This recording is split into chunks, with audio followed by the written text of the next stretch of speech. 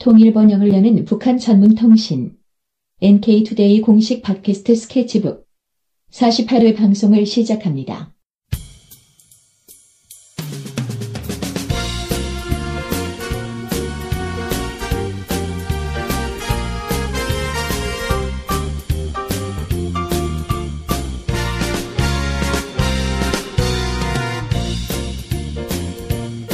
네, 안녕하십니까, 문경환 기자입니다. 오늘도 혼자 방송을 하게 됐습니다. 북러 관계와 관련한 역사를 쭉 훑어보고 있는데요. 네, 이번에 5번째 시간이죠. 지난 시간까지 김일성 주석 시기에 북한과 러시아, 소련의 관계가 어땠는지 쭉 살펴봤고, 오늘은 김정일 국방위원장 시기로 넘어와서 북러 관계에 어떤 변화가 있었는지를 살펴보도록 하겠습니다.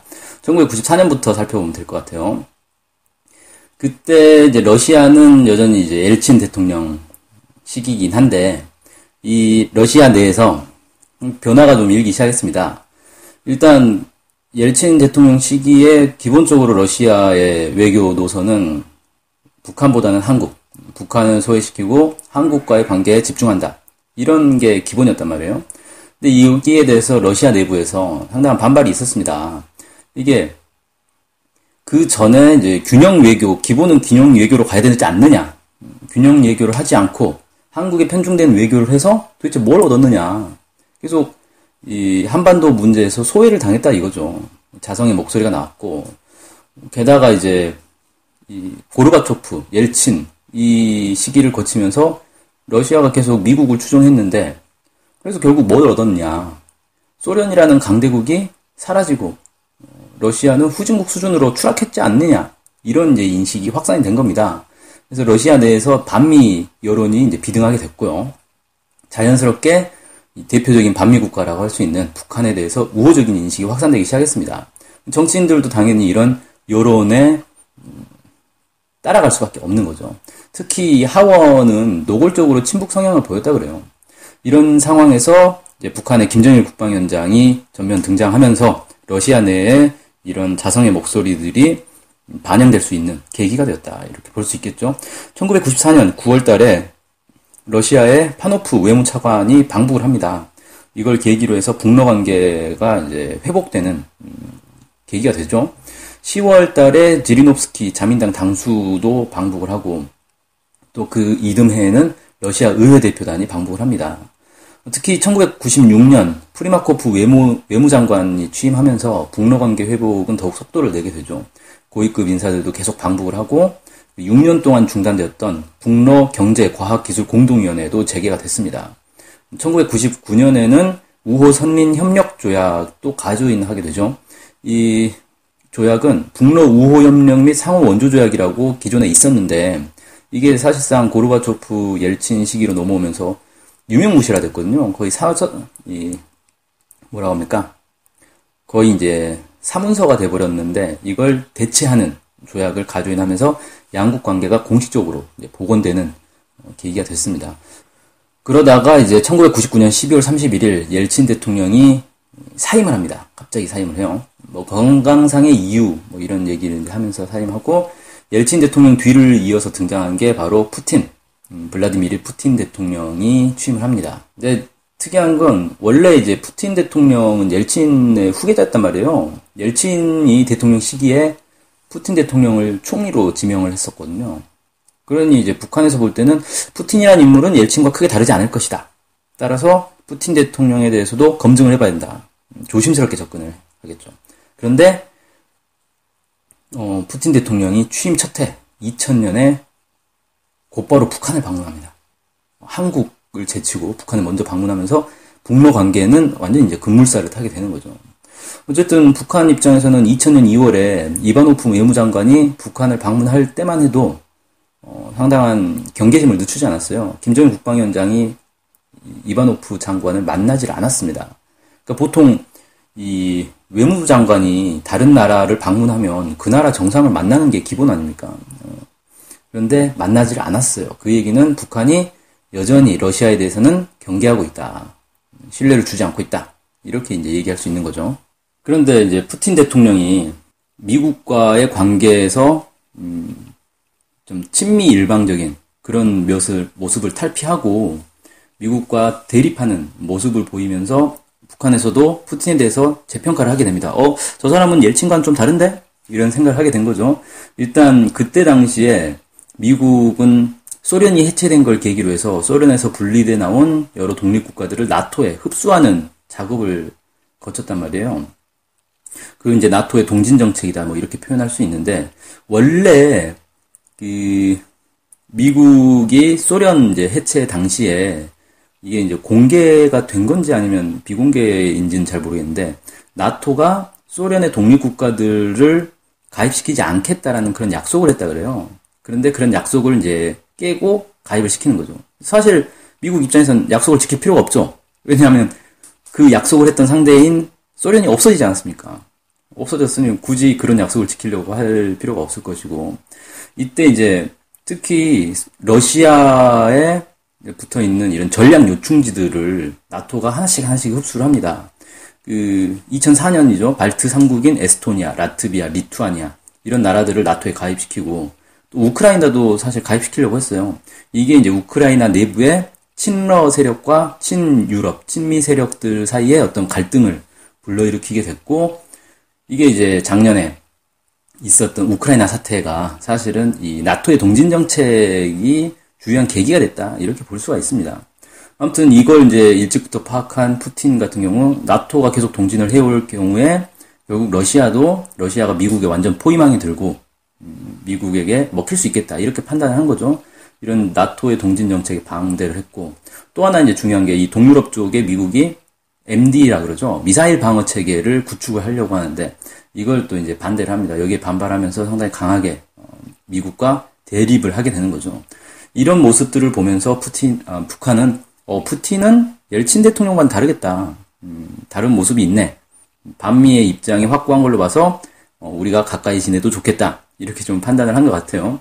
어쨌든 푸틴 대통령이 2000년 5월 그러니까 취임하고 얼마 안 돼서였죠. 한반도는 역사적으로나 지정학적으로 러시아의 국익에 포함된다. 이렇게 이제 얘기를 하면서 극동 지역에 대한 영향력을 회복하겠다는 의지를 이제 밝힙니다. 이게 뭡니까? 2012년에 오바마 대통령, 미국의 오바마 대통령이 밝힌 아시아로의 회기와 사실 비슷한 거죠. 10여 년 전에 이미 러시아는 아시아의 이 중요한 점을 파악을 하고 아시아 중시 정책을 펼친 거예요, 이미. 집권하면서부터. 푸틴 대통령이 아무래도 KGB 출신이다 보니까 그런 이 세계 관계, 지정학적 중요성 이런 것들에 대해서 또 민감하게 반응한 게 아닌가 이렇게 볼 수 있을 것 같아요. 그러면서 곧바로 북한의 방북을 제안합니다. 그래서 북한에서 이걸 수용을 해서 7월 달에 북한을 전격 방문을 하죠. 그리고 잘 알다시피 그 전 달인 6월 달에는 남북 정상회담을 하지 않았습니까? 6.15 공동선언이 나오고 그러니까 분위기상 북한에 이 사람들이 막 들어가는 거예요, 이제. 한국의 대통령도 6월 달에 북한을 방문하고 러시아 대통령도 역사상 처음이죠.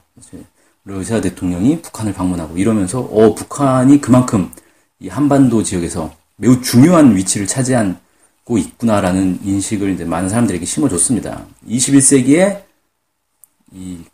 세계에서 가장 중요한 지역이 바로 이 한반도 지역이다라는 게 사람들에게 이제 인식된 거죠. 자, 푸틴 대통령이 이제 한반도에 그렇게 강한 관심을 갖게 된 거. 아시아 중시 정책이라고 할 수 있는 푸틴판 아시아 중시 정책이 나올 수 있었던 건 일단 미국이 러시아를 계속 압박하고 있었고 여기에 대해서 대항해야 될 필요가 있었고요. 또 국제사회에서 영향력을 빨리 회복해야 된다. 러시아가 과거에 이제 소련 시절에 이 미국과 대등한 어떤 강대국이었다가 완전히 무너지지 않았습니까? 삼류 국가로 무너졌는데 여기에 이제 영향력을 좀 행사해야 되겠다. 다시 회복해야 되겠다. 이런 판단을 한 거예요. 그래서 한반도 문제 다시 이제 관심을 갖게 된 거죠. 이 푸틴 대통령에 대해서는 여러 가지 일화들이 있는데 대체적인 평가 이겁니다. 이 KGB 출신, 그러니까 국가보안위원회죠. 정확한 명칭이 소련의 국가보안위원회 출신인 푸틴 대통령이 동유럽에 이제 파견 나가 있다가 소련이 해체되는 걸 봤단 말이에요. 그리고 소련이 해체되면서 러시아가 완전히 이제 삼류 국가가 되는 거죠. 이걸 보면서 뭐랄까요? 내 나라가 이렇게 망하는구나. 도저히 이건 용납할 수 없다. 뭐 이런 이제 생각을 강하게 가졌다 그래요. 미국에 휘둘리지 않는 강력한 러시아를 재건해야 되겠다. 이런 이제 의지를 가지고 있었고, 집권하자마자 이 러시아의 국제적 위상을 다시 살리기 위해서는 여러 가지가 필요하지만 그 중에 하나가 이 한반도에서의 영향력을 회복해야 된다.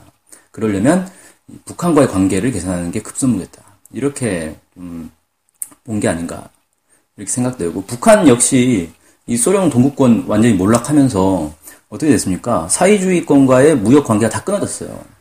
이때 러시아가 요구했던 건 북한하고 그동안의 무역 관계를 다 정리하고 앞으로는 달러로 무역을 하겠다. 그리고 국제 시세에 맞춰서 주겠다. 뭐 이런 식으로 해서 뭐 기름값이 갑자기 이제 2배로 뛴다거나 이런 문제가 있었죠.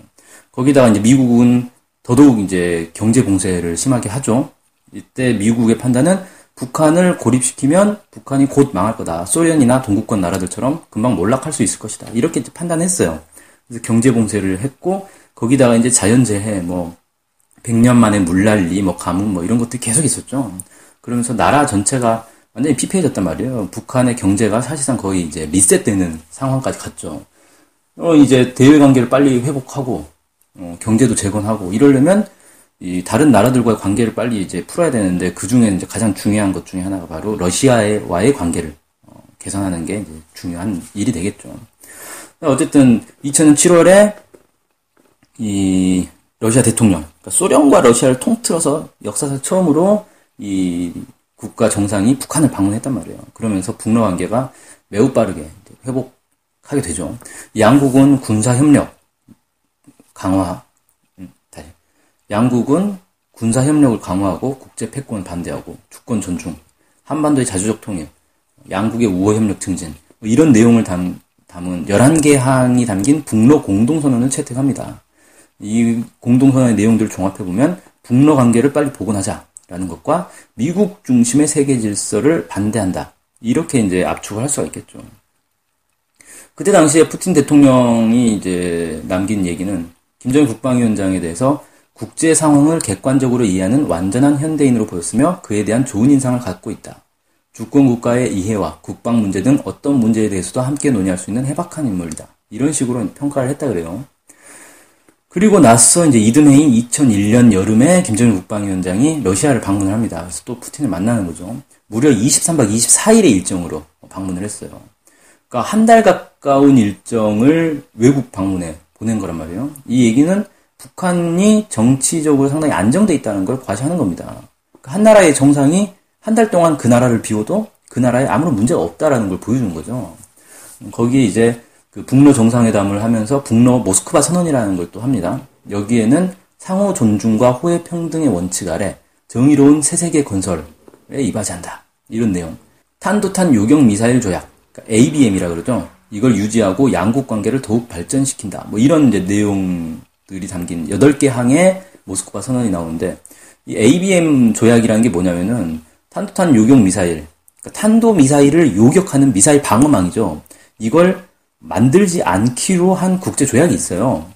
이게 이제 미국과 소련이 주도해서 만든 조약인데, 왜 이런 조약이 나왔냐면 탄도탄을 요격하는 미사일을 만들게 되면 예를 들어서 소련이 미국을 탄도미사일로 공격한다. 그러면 미국이 그걸 요격을 하잖아요.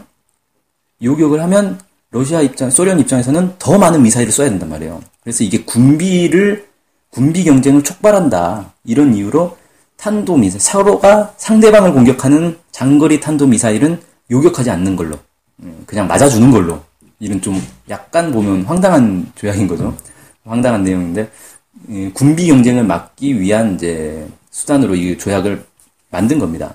이걸 근데 그때 부시 대통령이 일방적으로 파기를 하죠. 파기 선언을 하고 우리는 요격 미사일 만들겠다 이렇게 선언을 합니다. 그러니까 소련이 쏘는 미사일은 우리가 요격하겠다. 그러면 어떻게 합니까? 소련도 요격 미사일 만들어야 되겠죠. 그리고 서로 요격 미사일을 피해서 미사일을 또 쏴야 되니까 더 많은 미사일을 만들어야 되고. 그래서 쉽게 말해서 미국의 부시 대통령이 군비 경쟁을 선언을 한 거나 마찬가지가 된 거예요. 근데 미국에서 이제 그렇게 판단한 이유는 러시아는 이제 2류 국가가 됐기 때문에, 3류 국가가 됐기 때문에 자기들이 일방적으로 조약을 깨고 이 군비 경쟁에 나서면 따라올 수 없을 것이다. 미국을 따라올 수 없을 것이다라고 판단한 거예요. 그래서 이제 ABM 조약을 일방적으로 이제 파기하게 되는 거죠. 그래서 이 북한과 러시아가 이 조약을 유지해야 된다, 파기하면 안 된다라는 거에 이제 합의를 한 겁니다. 뭐 어쨌든 이거 말고도 뭐 시베리아 횡단철도와 한반도 종단철도를 연결하자, 한반도 통일 문제를 조선민족끼리 힘을 합쳐 자주적으로 평화적으로 해결하자. 이건 방금 이 내용은 사실 6.15 공동선언에 나온 내용과 거의 비슷한 거잖아요. 그래서 6.15 공동선언에 대한 어떤 지지의 입장을 확인했다, 이렇게 볼 수 있겠죠. 주한미군 철수 이런 것도 이제 합의를 했어요. 상당히 민감한 내용인데, 주한미군 철수 같은 경우는 한국 정부는 인정하지 않는 내용이고 북한에서 계속 주장하고 있던 건데, 이걸 러시아가 북한의 손을 들어준 거죠. 그래서 이 주한미군 철수는 결국 한미동맹 해체로 이어지는 거기 때문에 한반도의 한미동맹을 인정하지 않겠다라는 러시아의 입장이 이제 드러난 것이다, 이렇게도 볼 수가 있겠죠. 어쨌든 그리고 나서 이듬해인 2002년에도 또 정상회담을 해요, 북러 간에. 그러니까 거의 1년에 한 번씩 계속 3년 연속 연달아 정상회담을 한 거죠. 이번에는 이제 블라디보스톡, 그러니까 푸틴 대통령이 이 극동 지역까지 와서 여기 이제 블라디보스톡에서 정상회담을 한 겁니다. 이렇게 되면서 북러 관계가 이제 매우 발전하게 되겠죠. 그래서 북한도 러시아의 한반도 문제에 대한 영향력을 확대하는데 지지를 해줍니다. 2003년에 육자회담을 하는데 북한이 러시아의 참가를 요구를 해요. 그러면서 러시아가 본격적으로 한반도 문제에서 발언권을 갖게 됐죠. 러시아는 뭐 그때 당시에 육자회담은 물론이고 유엔 안보리 같은 데서도 북한에 대해서 상당히 우호적인 입장을 보입니다. 심지어는 2005년도에 BDA 사태라고 있어요. 그 방코 델타 아시아인데, 이게 뭐냐면은 그 중국 마카오에 방코 델타 아시아라는 은행이 있습니다. 이 은행에 북한의 계좌가 있는데 이게 불법 계좌다라고 해서 미국이 이 은행을 제재를 해요. 그래서 북한 자금이 이제 동결이 됩니다. 이것 때문에 육자회담이 중단이 되죠. 중단되고 북미 간에 새로운 대결이 이제 펼쳐지는데, 어찌어찌 하다가 결국은 이게 이제 이 문제 해결이 돼요. 동결된 자금을 돌려주기로 이제 약속을 합니다, 미국이. 근데 문제는 이 방코 델타 아시아는 망해버렸단 말이에요, 나중에. 그리고 이 북한 자금을 돌려주려고 하는데, 이게 무슨 트럭에 현금 실어가지고 돌려주는 게 아니잖아요. 계좌 이체를 해줘야 되는데, 이 계좌 이체를 해줄 은행이 없는 거예요. 왜 없느냐? 이게 만약에 이 돈을 계좌를 이체를 해주면 나중에 미국이 그 은행한테 또 보복을 할 수가 있기 때문에 어느 나라의 어느 은행도 이 돈은 안 건드리려고 한 거예요. 그러니까 미국은 북한한테 돈을 돌려주겠다라고 했는데 아무도 안 돌려주려고 하니까 되게 이제 민망한 상황이 발생한 거죠. 북한은 빨리 내놔라, 주기로 했으면 빨리 돌려줘라 라고 하고 있고, 미국은 돌려주려고 하는데 이걸 돌려줄 은행이 없네? 이렇게 이제 돼버린 거란 말이죠. 그래서 이게 이제 어떻게 됐냐면 러시아가 나서가지고 러시아의 국영은행을 통해서 계좌를 보내줍니다. 그러니까 러시아는 미국의 경제 제재나 경제 보복 이런 거에 대해서 신경 쓰지 않는다라는 걸 또 보여준 거죠. 아무튼 이런 이 한반도 문제에서 상당히 적극적인 역할을 합니다, 러시아가. 또 그 2010년에는 무슨 일이 있었습니까? 그 천안함 사건 기억하실 거예요. 2010년에 천안함 사건이 있고 그 이후에 연평도 포격 사건이 또 있었죠. 이때 그 연평도 포격 사건에 대해서 11월 달에 포격이 있었는데 12월 달에 한국군이 이제 보복 훈련을 하겠다라고 발표를 해요. 이게 이제 어떻게 된 거냐면 11월 달에 한국군이 연평도에서 이제 포격 훈련을 합니다. 포사격 훈련을 하는데 이때가 좀 여러 가지 복잡한 문제가 있었어요. 어쨌든 한국에서 그 무슨 회의를 하죠. 아펙 회의였나 뭐 그 회의를 이제 국제 회의를 유치를 하다 보니까 이 남북 간의 긴장 상태가 걸리면 안 된단 말이에요. 그래가지고 훈련을 중단을 했어요. 이 접경 지역에서. 연평도에서 훈련을 중단을 하니까 원래 이제 훈련용으로 비축해둔 탄약이 있는데 이게 쌓인 거죠. 몇 달 동안 훈련을 안 해버리니까 이게 계속 쌓였단 말이에요. 원래 주기적으로 훈련을 해줘야 되는데. 그러니까 이제 이 행사가 다 끝나고, 국제 행사가 끝나고 나서 이 포를 그냥 다 쏴버린 거예요. 훈련용 포를. 이게 재고가 쌓였으니까. 그러니까 북한 입장에서는 갑자기 훈련을 안 하던 훈련을 엄청난 규모로 막 해버리니까 저것들이 우리 공격하려는 거야? 그리고 이제 맞대응을 해버린 거라는 거죠.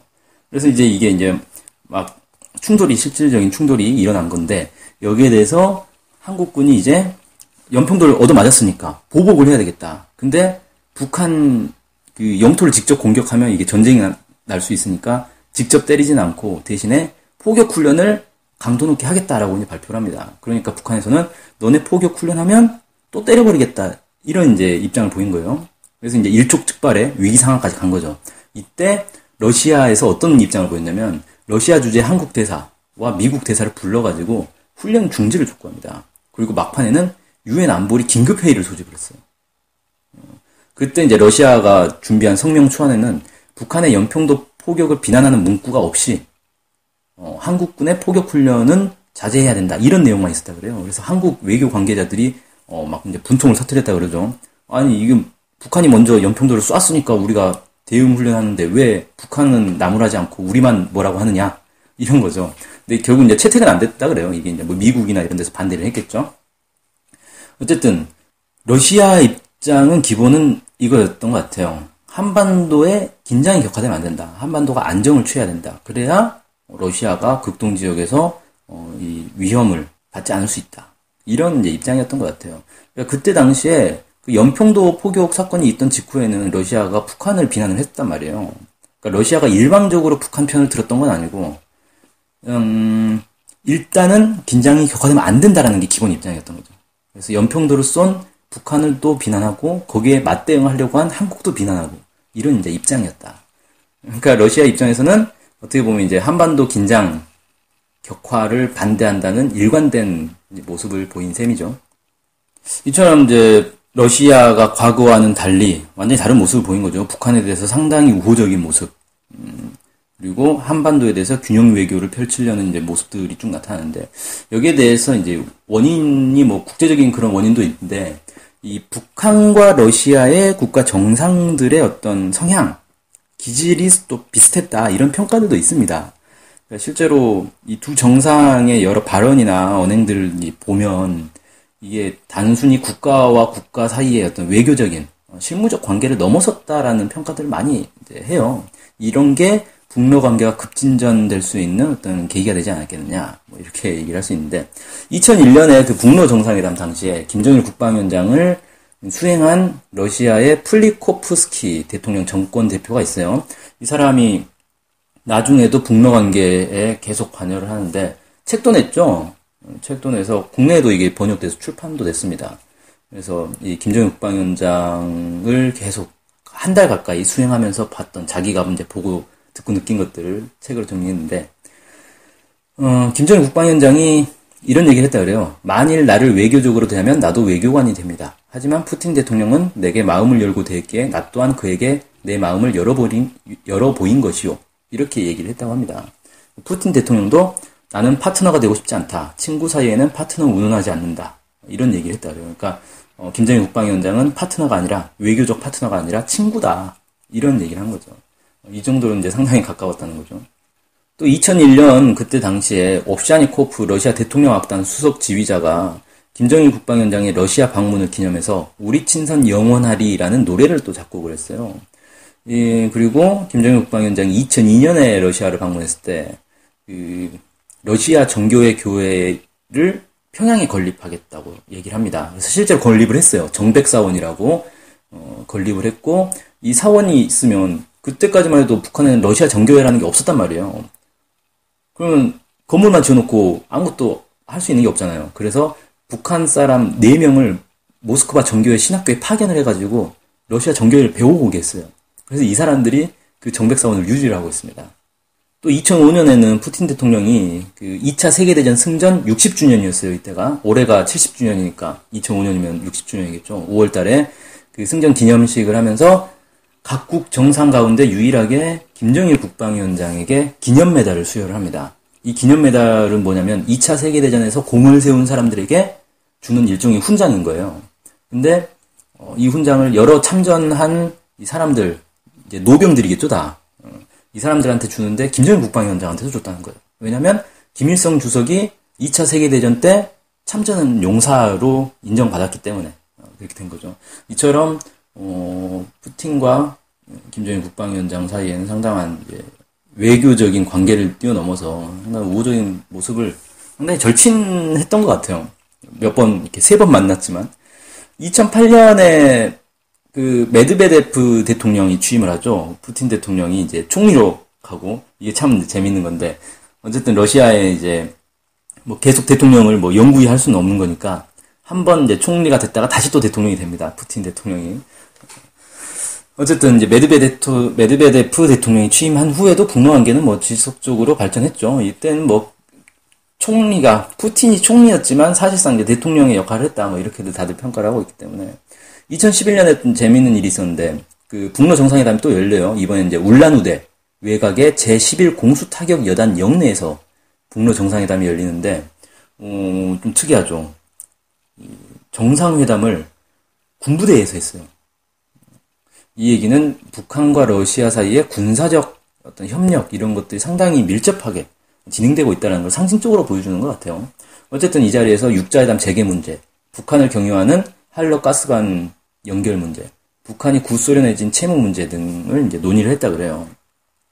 특히 이 채무 문제가 되게 중요한데, 북한과 러시아의 관계가 21세기 들어서 급격히 발전했음에도 불구하고 21세기 90년대 이제 중반부터 급격히 발전했죠. 그런데 경제 관계는 좀처럼 회복되지 않았단 말이에요. 군사 외교적 관계는 상당히 밀접하게 회복이 됐는데, 그래서 왜 이 문제가 생겼냐면 소련의 그 부채가 있어요.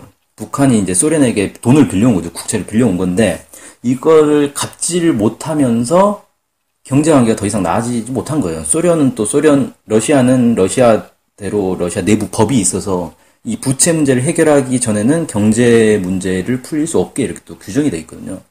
그래서 이 문제를 어떻게 해결할 것이냐, 이게 이제 북한과 러시아 사이에 경제 관계를 트는 데서는 상당히 중요했는데, 이 문제는 결국 이제 나중에 풀리죠. 이 자리에서 바로 풀린 건 아니고, 어쨌든 최근에 와서 이제 완전히 확정은 됐는데, 이때 이미 이제 초안은 논의가 됐던 거예요.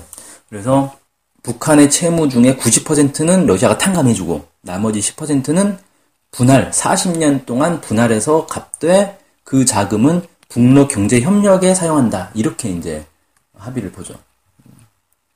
자, 어쨌든 김정일 국방위원장 시기의 북러 관계를 좀 종합을 해보자면, 고르바초프 시기에 무너진 양국 관계를 급격히 회복했다는 거, 그 다음에 미국의 압박과 봉쇄에 대항하기 위한 공조를 강화하는 방향에서 진행했다는 거, 이렇게 좀 정리해볼 수 있을 것 같아요. 물론 이제 러시아가 남북한에 대한 등거리 외교, 균형 외교를 유지했고, 북한 역시 중국과의 외교 관계에 더 비중을 뒀다는 점, 그 다음에 구러시아 시기에 이 채무 문제, 아까 설명드린 이 문제 때문에 경제 교류가 전성기 시기만큼 회복되지 못하는 한계가 있었다는 거, 이런 이제 한계들이 있었죠. 그래서 이 이후에 21세기 들어서는, 21세기 아니죠, 2010년대 이후에는 이제 김정은 제1위원장 시기로 북한이 넘어가죠. 그러면서 북러 관계가 또 새로운 단계로 이제 발전하게 됩니다. 그래서 오늘은 여기까지 해서 김정일 국방위원장 시기에 북러 관계가 어떻게 진행됐는가, 이걸 이제 좀 정리를 해드렸습니다. 여기까지 해서 북러 관계의 어떤 역사, 이거는 이 시리즈는 좀 마무리하려고 해요. 물론 아쉬워하는 분들도 많이 있을 건데, 나중에 이제 기회가 되면 김정은 제1위원장 시기의 북러 관계는 또 어떻게 변화했는가, 이런 것 정리를 할 필요는 있을 것 같은데, 너무 최근 일이라 사실 이건 그동안 뭐 5년도 안 되잖아요. 한 3, 4년 정도 되는 이 시기를 정리하기엔 아직 좀 이르다, 이런 판단이 돼서 이건 나중에 기회가 되면 한번 또 정리를 해드리도록 하겠습니다. 여기까지 해서 오늘 스케치북 방송 마치겠습니다. 고맙습니다.